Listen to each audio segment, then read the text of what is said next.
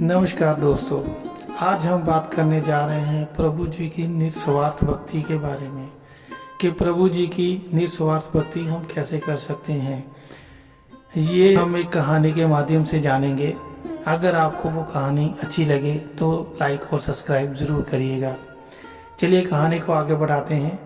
ये तब की बात है जब श्री राम जी 14 वर्ष के वनवास पर थे और रावण ने सीता माता जी का हरण कर लिया था। तो श्री राम जी सीता माता को ढूंढते हुए जंगलों में जा रहे थे। वहाँ पर वानरों के राजा सुग्रीव से मुलाकात हुई और उन्होंने उनसे सीता माता को ढूंढने का वचन दिया। जंगलों से होते हुए लंका की ओर बढ़ रहे थे तो रास्ते में एक बहुत बड़ा समुद्र था। उस समुद्र को पार कर श्री राम जी लंका पहुंच सकते थे और सीता माता जी को मिल सकते थे।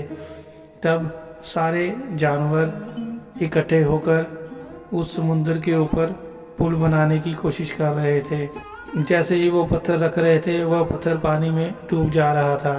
तो तब हनुमान जी ने पत्थर के ऊपर राम जी का नाम लिखा और उसे पानी में रखने के लिए कहा। जैसे ही वह राम जी का नाम लिखकर पत्थर को पानी में डालने लगे, वह पत्थर पानी के ऊपर ही रहे, पानी के नीचे ना जाए। तो इस तरह पानी के ऊपर सभी जानवरों ने पुल बनाना शुरू कर दिया। सभी एक एक कर पत्थर को उठाकर आगे की ओर ले जा रहे थे। वहीं पर एक गिलहरी थी। गिलहरी ने भी एक छोटा सा पत्थर मुंह में उठाया और जाकर वह भी वहां पर पुल पे रखने लगी। तब एक बंदर ने उसका मजाक उड़ाते हुए कहा कि तुम यहाँ कहाँ घूम रही हो, अगर किसी के पाँव के नीचे आ गई तो कुचली जाओगी, चलो पीछे हट जाओ। तभी यह बात सुनकर बाकी के और जानवर भी उस गिलहरी पर हंसने लगे। लेकिन उस गिलहरी को तो प्रभु की सेवा करनी थी। वह भी प्रभु से बहुत प्रेम करती थी और वह भी अपना योगदान पूरा करना चाहती थी।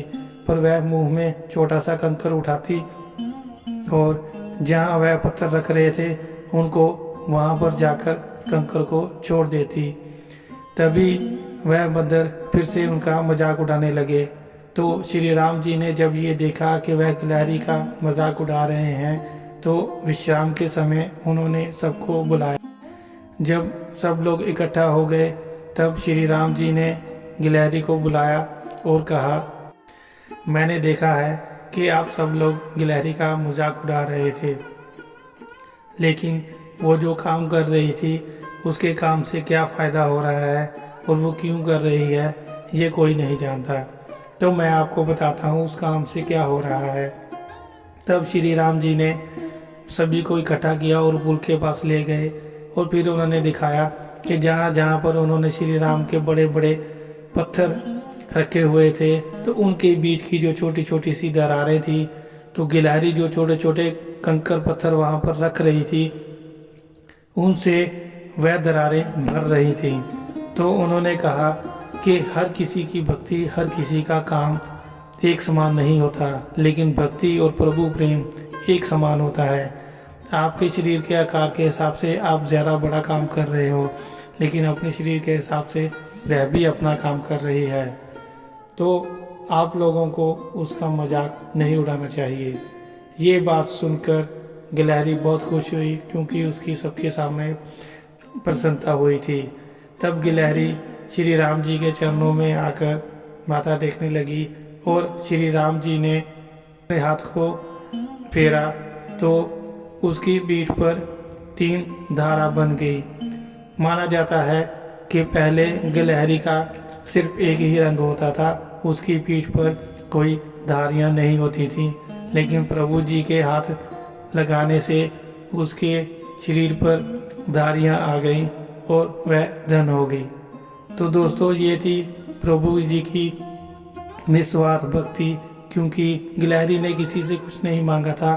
लोग उसे अपमानित भी कर रहे थे, लेकिन वह अपने काम में लगी रह रही थी। उसके मन में था कि मुझे भी प्रभु जी की सेवा करनी है। दोस्तों, अगर कहानी अच्छी लगी हो तो लाइक और सब्सक्राइब ज़रूर करिएगा। जय श्री राम।